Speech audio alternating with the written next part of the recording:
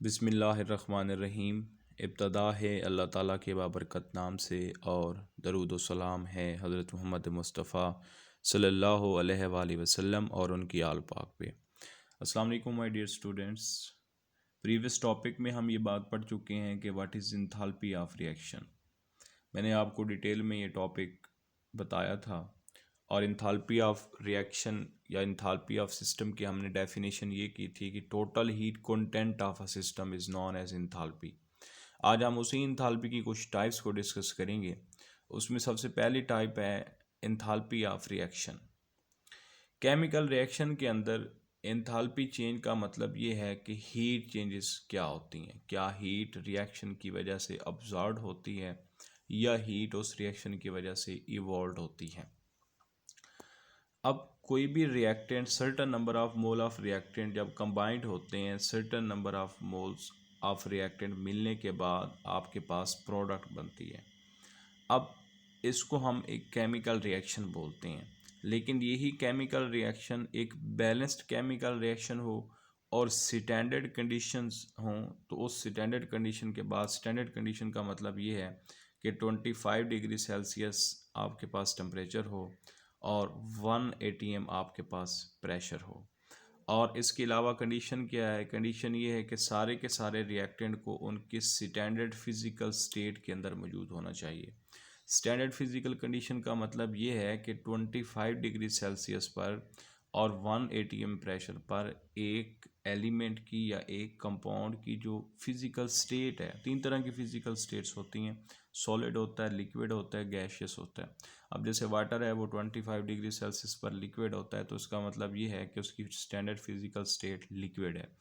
तो हर एलिमेंट, हर कंपाउंड, हर मालिक्यूल को उसकी अपनी स्टैंडर्ड फिज़िकल स्टेट में होना चाहिए।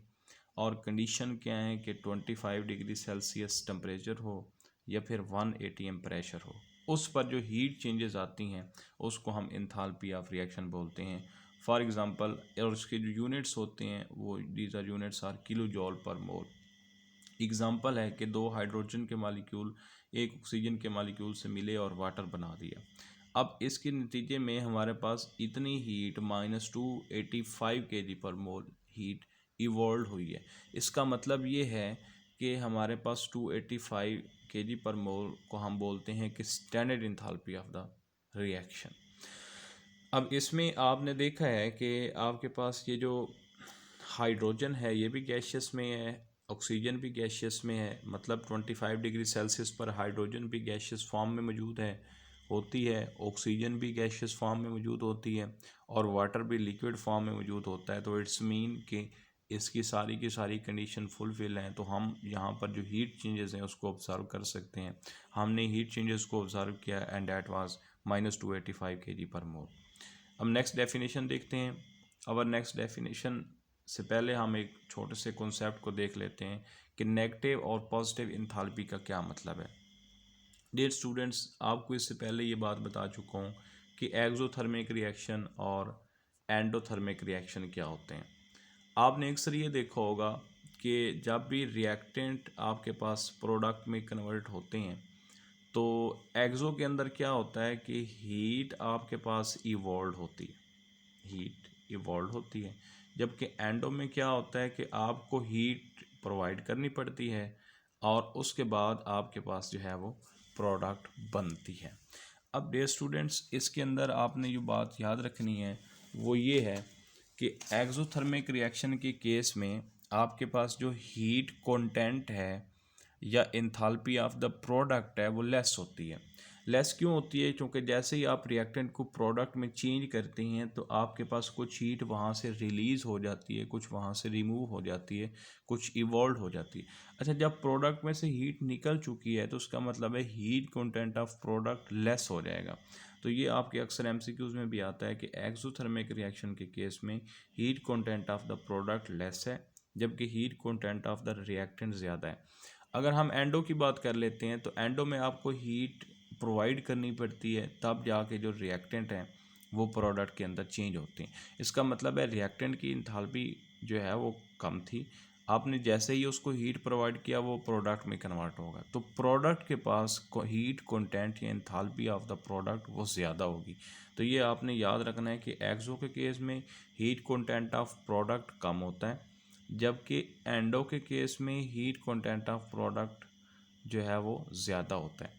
ये आपकी अक्सर एमसीक्यूज़ में बात आ जाती है। इसको आप जो है वो यहाँ पे देख सकते हैं।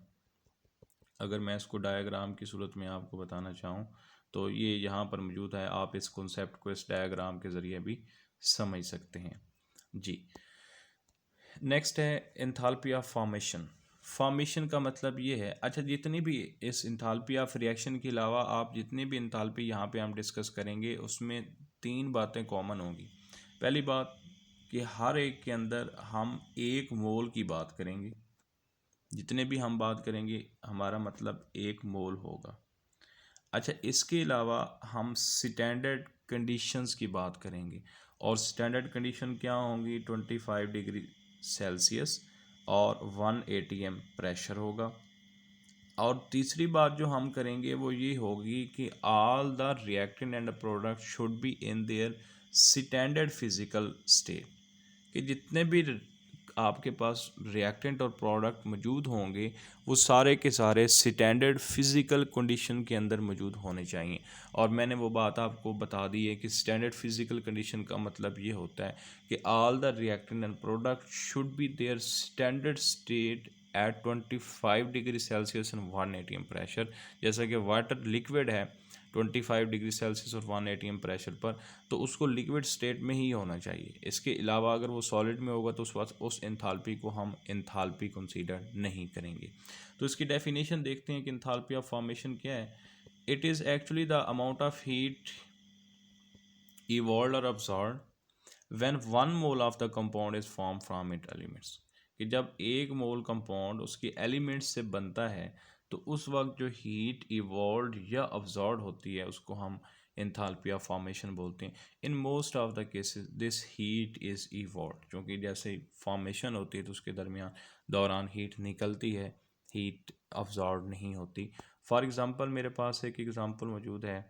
It is denoted by del H और उसके साथ एफ लिखेंगे फॉर्मेशन के लिए। और इसके अंदर भी कंडीशंस वही हैं कि all the compound should be in standard physical state और जो 1 मोल होना चाहिए। इसके अलावा आपने देखा है कि 1 atm प्रेशर और 25 डिग्री सेल्सियस टेम्परेचर होगा। एग्जांपल यूनिट्स kg पर मोल सब के एक जैसे हैं। और एग्जांपल मैग्नीशियम था, ये सॉलिड स्टेट में होता है 25 डिग्री सेल्सियस पर, ऑक्सीजन गैस में होती है, तो ये मिलने के बाद मैग्नीशियम ऑक्साइड बना। तो याद रहे डियर स्टूडेंट्स 1 मोल मैंने मैग्नीशियम का लिया क्योंकि मैंने डेफिनेशन के अंदर बताया था कि 1 मोल, और it should be converted into product, तो आपके पास प्रोडक्ट बन गई है। और उसके बाद जो यहाँ पर हीट इवॉल्व हुई है that heat is known as enthalpy of formation. अब next our definition is enthalpy of atomisation.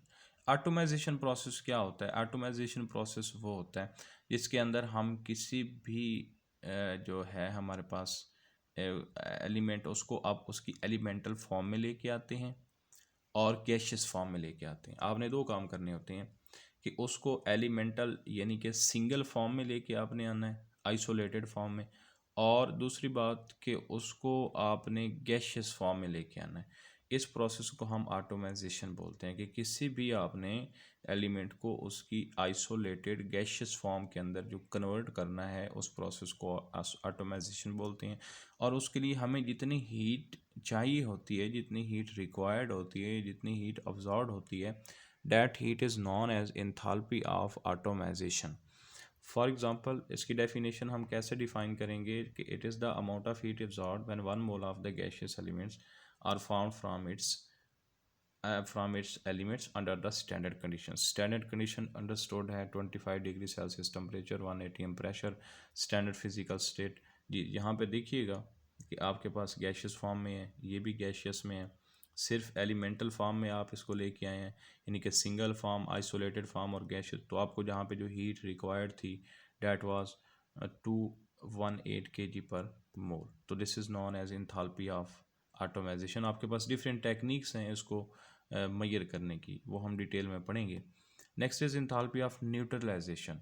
आप बचपन से ये पढ़ते आ रहे हैं कि न्यूट्रलाइजेशन का मतलब ये होता है कि ऐसा रिएक्शन जिसमें एसिड और बेस मिलता है और साल्ट और वाटर बनता है, उसको हम क्या बोलते हैं, न्यूट्रलाइजेशन रिएक्शन। फॉर एग्ज़ाम्पल अगर मैं एग्ज़ाम्पल दूं तो HCl को अगर मैं सोडियम हाइड्रोक्साइड से मिलाता हूं तो वो क्या चीज़ बनता है, NaCl बनता है और उसके साथ वाटर बनता है। तो अब हमने देखना क्या है कि एंथैल्पी ऑफ न्यूट्रलाइजेशन का मतलब क्या है, कि आपके पास जो एक्चुअली वाटर बना है वो कहाँ से बना है, इधर से हाइड्रोजन आया है और इधर से OH आया है। तो H plus OH positive negative ये मिले हैं और इनके मिलने से क्या बना है, वाटर बना है। अब हमने चेक ये करना है कि उस वाटर बनने के दौरान कितनी हीट इवॉल्व होती है, उसको हम हीट एंथैल्पी ऑफ न्यूट्रलाइजेशन बोलते हैं। कि द अमाउंट ऑफ हीट, मैं डेफिनेशन यहाँ पे बता देता हूँ, the amount of heat evolved when 1 mole of the hydrogen ion from acid and 1 mole of the hydroxide ion from base combine to form the 1 mole of the water under standard condition is known as enthalpy of neutralisation. उसको हम enthalpy of neutralisation बोलते हैं। For example अगर मैं इसको discuss करूं तो वो ये होगा, मसलन ये HCl, मैंने वही बात बता दी, इसको अगर आप अलग अलग करके लिखें, अगर मैं HCl को लिखता हूँ तो H पॉजिटिव और Cl नेगेटिव में कन्वर्ट होगा। अगर मैं सोडियम हाइड्रोक्साइड को लिखता हूँ तो Na पॉजिटिव OH नेगेटिव के अंदर कन्वर्ट होगा। इसी रिएक्शन को आपने अलग अलग करके लिख लेना है। अच्छा, नेक्स्ट आप देखिएगा कि फॉर्मेशन ऑफ वाटर और सॉल्ट कैसे बनता है, कि H पॉजिटिव Cl नेगेटिव, इनको आपने सबको आइंस को अलग अलग करके लिख लिया। अब Na पॉजिटिव और Cl नेगेटिव बन गया और H और OH आपस में मिले और क्या बना दिया, वाटर। ये वाटर कैसे बना है, H पॉजिटिव OH नेगेटिव आपने आपस में रिएक्शन किया है। तो यहाँ पर जो देखने वाली बात है वो ये है कि ये जो 1 मोल ऑफ वाटर बना है उसके लिए आपके पास जितनी हीट यहाँ से इवॉल्व हुई है, that is -57.4 kg per mole। This heat is known as enthalpy of neutralization. Now our next definition is enthalpy of combustion. Combustion आप जानते हैं कि किसी भी सब्सटेंस को जब आप एयर की एक्सेस में जलाते हैं तो उस वक्त वहाँ पर जो आपको हीट चाहिए होती है उसको हम एंथैल्पी ऑफ कंबस्चन बोलते हैं। मैं बात को दोबारा रिपीट कर रहा हूँ कि एंथैल्पी ऑफ कंबस्चन का मतलब ये है कि जब आप किसी भी सब्सटेंस को ऑक्सीजन की मौजूदगी में जलाते हैं, कार्बन डाइऑक्साइड, वाटर और हीट, ये तीन चीज़ें इसकी प्रोडक्ट होती हैं। तो इस प्रोसेस को हम, जो हीट वहाँ से निकलती है उसको हम एंथैल्पी ऑफ कंबस्चन बोलते हैं। कि the standard enthalpy of combustion is the amount of heat evolve when 1 mole. दोबारा देख लें कि 1 मोल का यहाँ पे भी तस्करा है, हर जगह पे 1 मोल है सिवाय एंथैल्पी ऑफ रिएक्शन के। कि the standard enthalpy of combustion is the substance is the amount of heat evolved when 1 mole of substance is completely burned in the excess of oxygen under the standard condition। Standard condition हम detail से discuss कर चुके हैं, denoted by ΔHc। और इसकी example यहाँ पर है कि मेरे पास इथाइल अल्कोहल था, मैंने ऑक्सीजन की मौजूदगी में जलाया, कार्बन डाइऑक्साइड वाटर बना। ये जो हीट यहाँ से इवॉल्व हुई है, this heat is known as enthalpy of combustion. याद रहे कि आप किसी भी चीज़ को ऑक्सीजन की मौजूदगी में जला लें, चाहे आप अल्केन को जला लें, अल्कीन को जला लें, अल्काइन को जला लें, अल्कोहल को जला लें, आपके पास जो प्रोडक्ट है that will be carbon dioxide and water and the heat. वो जो हीट वहाँ से निकलती है, this is known as enthalpy of combustion। and the last one definition is the enthalpy of solution। आप जानते हैं कि जब आप किसी सल्यूट और सॉल्वेंट को आपस में मिलाते हैं, उनका जो होमोजीनियस मिक्सचर होता है उसको हम सॉल्यूशन बोलते हैं। अब सॉल्यूशन आपके पास, सॉल्यूशन, इंथैल्पी ऑफ सॉल्यूशन का मतलब क्या है, इसका मतलब ये है कि अमाउंट ऑफ हीट इवॉल्व और अब्सॉर्ब। ये बात यहाँ पे नोट करें कि इवॉल्व भी हो सकती है और अब्सॉर्ब भी हो सकती है। कब, when 1 mole of a substance is dissolved, जब 1 मोल ऑफ सब्सटेंस को डिसॉल्व किया जाए in so much solvent that the further dilution result no detectable change. कि आप किसी भी सब्सटेंस को, किसी भी सॉलिड को या किसी भी सल्यूट को सॉल्वेंट के अंदर इतना मिलाएं, आपने सल्यूट यहाँ पर ऐड कर लिया है, ऊपर से आप सॉल्वेंट डाल रहे हैं, तो डेफिनेटली सॉल्वेंट की वजह से आपके पास जो सोल्यूशन है वो डाइल्यूट होगा। आप जितना सॉल्वेंट डालें, इतना सॉल्वेंट डालें कि आपके पास जो सोल्यूशन है उसके अंदर कुछ ना कुछ, या तो आप जैसे ही सल्यूट के अंदर सॉल्वेंट ऐड करेंगे तो या तो हीट इवॉल्व होगी या हीट अब्जॉर्ब होगी। अच्छा, उसके बाद अब जैसे जैसे आप सॉल्वेंट बढ़ाते जाएंगे सोल्यूशन डाइल्यूट होता जाएगा। एक वक्त वो आएगा कि उसके अंदर जो हीट डिटेक्शन है वो ख़त्म हो जाएगी, हीट चेंजेस ख़त्म हो जाएंगी, आप इतना सॉल्वेंट डाल देंगे। लेकिन उससे पहले आपने देखना है कि लास्ट स्टेज पर सॉल्वेंट ऐड करने से उसके अंदर जो हीट चेंजेस आई हैं, that heat changes is known as enthalpy of solution. कि आप 1 मोल ऑफ सब्सटेंस को किसी सॉल्वेंट के अंदर इतना डिसॉल्व करें कि उसका इतना डाइल्यूट सोल्यूशन बन जाए कि मज़ीद डाइल्यूशन करने से हीट चेंजेस डिटेक्ट ही ना हो। तो उस वक्त आपके पास जो हीट वहाँ से इवॉल्व होगी या अब्जॉर्ब होगी, that will be the enthalpy of solution. The amount of heat evolved when 1 mole of substance is dissolved in so much solvent that further dilution result no detectable change. This is known as enthalpy of solution. ये evolved भी हो सकती है और absorbed भी हो सकती है। यहाँ पर एग्जांपल, पहली एग्जांपल आपको बताता हूँ। Example is the enthalpy of solution of ammonium chloride. Ammonium chloride NH4Cl आप जानते हैं। NH4Cl को जब आप वाटर में डिसॉल्व करेंगे तो वहाँ पे हीट इवॉल्व होगी, इवॉल्व नहीं होगी बल्कि हीट वहाँ पर क्या होगी, अब्जॉर्ब होगी। याद रहे कि जब भी हीट अब्जॉर्ब होती है तो साइन प्लस आता है, और जब हीट इवॉल्व होती है तो साइन नेगेटिव आता है। अब यहाँ पर हीट इवॉल्व हो रही है, सॉरी यहाँ पर हीट अब्जॉर्ब हो रही है। अब सेम इसी तरीके से अगर आप सोडियम कार्बोनेट Na2CO3 को क्या करेंगे, वाटर के अंदर डिसॉल्व करेंगे तो वहाँ पर हीट क्या होगी, इवॉल्व होगी। मीन वहाँ पर हीट निकलेगी नहीं, सॉरी हीट अब्जॉर्ब नहीं होगी बल्कि हीट क्या होगी, इवॉल्व होगी। अच्छा, यहाँ पर एक तो ये MCQs अक्सर आपके इम्तिहान में आ जाते हैं। ये जितने भी आपने यहाँ पर रिएक्शन पढ़े हैं उन सब के जो MCQs हैं इंथाल्पी की वैल्यू के, वो अक्सर आपके इम्तिहान में आ जाते हैं MCQs की सूरत में। इसमें एक बात आपने याद रखनी है, आपको ट्रिक एक बता रहा हूँ, बड़ा इंपॉर्टेंट MCQs है कि अगर हीट अब्जॉर्ब हो रही है तो उस वक्त आपके पास जो बीकर है वो कूल होगा या हॉट होगा, और अगर हीट इवॉल्व हो रही है तो आपके पास जो बीकर है वो कूल होगा या हॉट होगा। अगर हीट अब्जॉर्ब हो रही है, मीन अब्जॉर्ब का मतलब ये है कि आपके पास कोई सिस्टम पड़ा है, मसलन ये अमोनियम क्लोराइड पड़ा है, तो ये हीट को सराउंडिंग से क्या कर रहा है, अब्जॉर्ब कर रहा है। तो डेफिनेटली ये अंदर जो सोडियम क्लोराइड है ये तो सिस्टम है, और उसका बीकर और ये सारी चीज़ें जो बाहर वाला है ये क्या है, सराउंडिंग है। तो जब यहाँ से बीकर और इसके इर्द गिर्द से हीट रिमूव होगी, तो जैसे ही हीट रिमूव होगी तो आपके पास ये बीकर ठंडा हो जाएगा। तो बात कहने का मकसद ये है कि जब आप एंडोथर्मिक रिएक्शन की बात करेंगे तो आपका बीकर हमेशा क्या होगा, कूल होगा। और जब आप एक्सोथर्मिक की बात करेंगे तो हीट इवॉल्व हो रही है, सिस्टम से बाहर सराउंडिंग में जा रही है, तो डेफिनेटली जब आप इस बीकर को टच करेंगे तो ये गर्म होगा। तो जब भी आपके पास बीकर हॉट हो जाए तो इसका मतलब है कि वो एक्सो है, जब बीकर कूल हो जाए, ठंडा हो जाए, तो इसका मतलब है कि आपके पास वो एंडोथर्मिक रिएक्शन है।